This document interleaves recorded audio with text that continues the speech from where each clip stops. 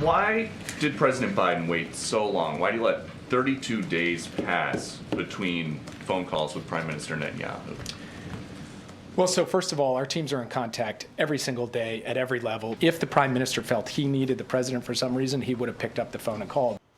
All right, that exchange happening yesterday. National Security Advisor Jake Sullivan trying to defend President Biden over his fraught relationship with Israeli Prime Minister Benjamin Netanyahu.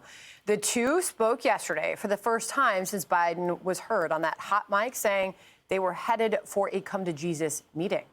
Since Hamas brutally attacked Israel on October 7th, the president, vice president, and congressional Democrats have faced intense pressure from protesters calling for an immediate ceasefire, and is forcing some to shift their position on Israel. That includes President Biden, who many critics say has caved to progressive pressure. Many of us saw it coming, that first it would be the Europeans, and then it would be the political left in the United States, and eventually Biden would get weak-kneed in its support for Israel. And sadly, we're seeing all that play out as we head into an election year. But every decision you see this administration make between now and November is sadly going to be made through a political lens. And that's just a shameful reality of it.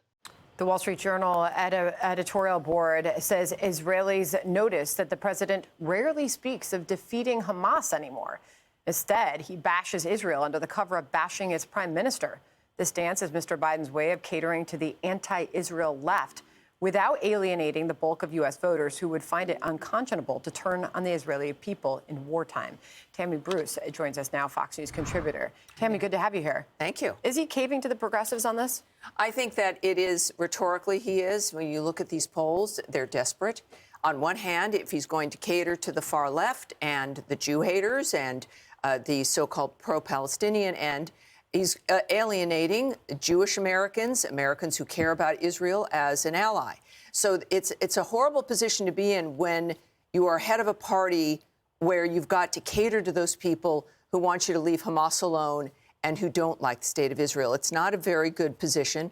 I think it indicates that there is, again, some level of chaos. If his policies and if his attitudes toward, and certainly any kind of success on the international level were more stable, he'd be in a different position right now. He could actually support our ally. He wouldn't be scrambling and stumbling to go after Israel. They want to make this, yes, a Biden versus Netanyahu issue, but the fact of the matter is even Israelis are united. Israelis before October 7th was maybe 50-50 for a two-state solution, as an example.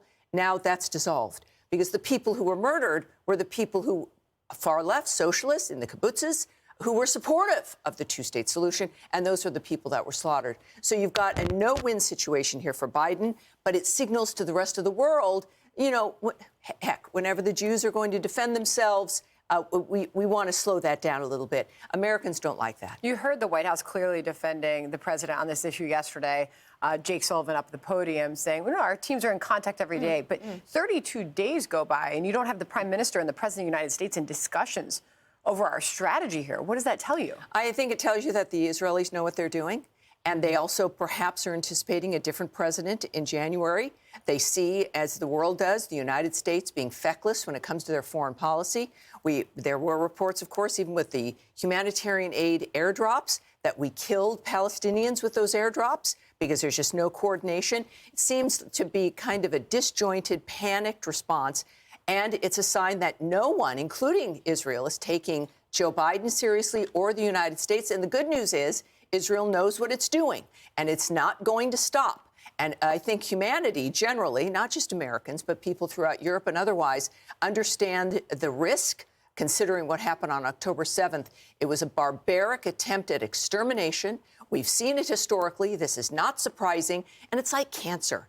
If you've got a tumor, if the doctor says, oh, we'll take out half and we'll watch it, nobody does that, because it's in cancer's nature to overcome the body. That's what we're facing here. Meanwhile, Tammy, tomorrow, House Republicans will hold a public hearing on influence peddling as part of their impeachment investigation into the president. Two ex-Hunter business partners will testify. Tony Bobulinski will appear in person. Another will testify remotely from prison. Two people who won't be there, Hunter Biden himself and key witness Devin Archer. His lawyer claims lawmakers did not give them enough time to prepare. Despite Hunter's repeated claims he wanted to publicly testify, his lawyer has rejected the invite. He wrote to House lawmakers, quote, "If you are serious about pursuing this oversight purpose in a legitimate and bipartisan fashion, you would hold a hearing with relatives of former President Trump. If you do, Mr. Biden would consider an invitation for that event." House Oversight Chair James Comer with this warning. If he does not show up, then it's not going to end well for the Bidens, because we have 3 witnesses that are testifying, that have already testified under oath to significantly different stories as to what exactly the Biden influence peddling schemes were. This is very serious because we're at the point now of criminal referrals. Same question to you. What does it mean if Hunter does not show? Well, it's interesting. We talked just a second ago about the issue of credibility and if someone's going to be taken seriously. It seems like the Biden family just has no worries. On a day, interestingly, where Peter Navarro is having to report to prison for not showing up at a congressional hearing on January 6th, violating a subpoena, not responding to it. And so you've got that happening, and here you've got Hunter Biden and his friends and lawyer thinking that this is just no big deal.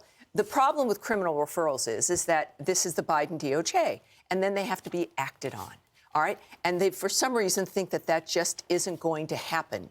And we've seen that before. You can have a criminal referral, as an example, like during the Kavanaugh hearings of certain witnesses, where it just kind of goes into, the history hole. Yeah. It never gets heard from again. And I think that that's what they're anticipating.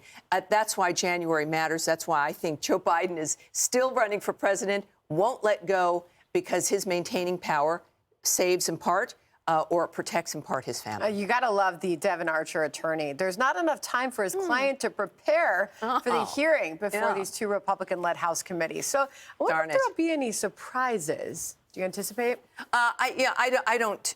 I'm, as you can tell, a little bit cynical about what the Republicans are doing, the nature of how this will turn out, if they really will do a criminal referral, if that can continue into whatever the next administration would be.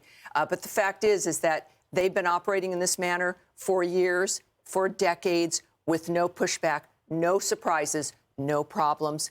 Many of us don't expect anything to be any different, but we hope that things begin to change. Maybe they will. Tammy, it is always good to see you. Thank you. So we anticipate that tomorrow. We'll be covering it here. Hey everyone, I'm Emily Campagno. Catch me and my co-hosts Harris Faulkner and Kaylee McEnany on Outnumbered every weekday at 12 p.m. Eastern, or set your DVR. Also, don't forget to subscribe to the Fox News YouTube page for daily highlights.